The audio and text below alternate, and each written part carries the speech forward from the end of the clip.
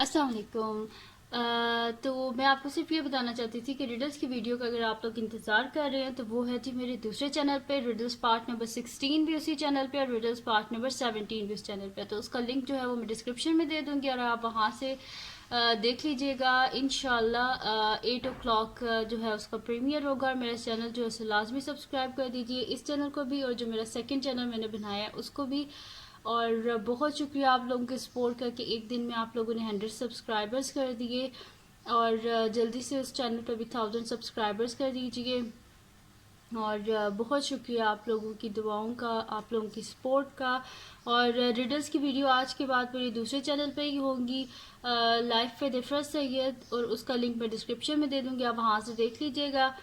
और इस चैनल पे सिर्फ मैथमेटिक्स की वीडियोस होंगी। तो लिंक जो है वो डिस्क्रिप्शन में है और आप वहाँ से मेरे दूसरे चैनल जो है उसको भी विज़िट करें। और बस यही मैंने आपको बताना था और थैंक यू सो मच। अल्लाह हाफ़िज़।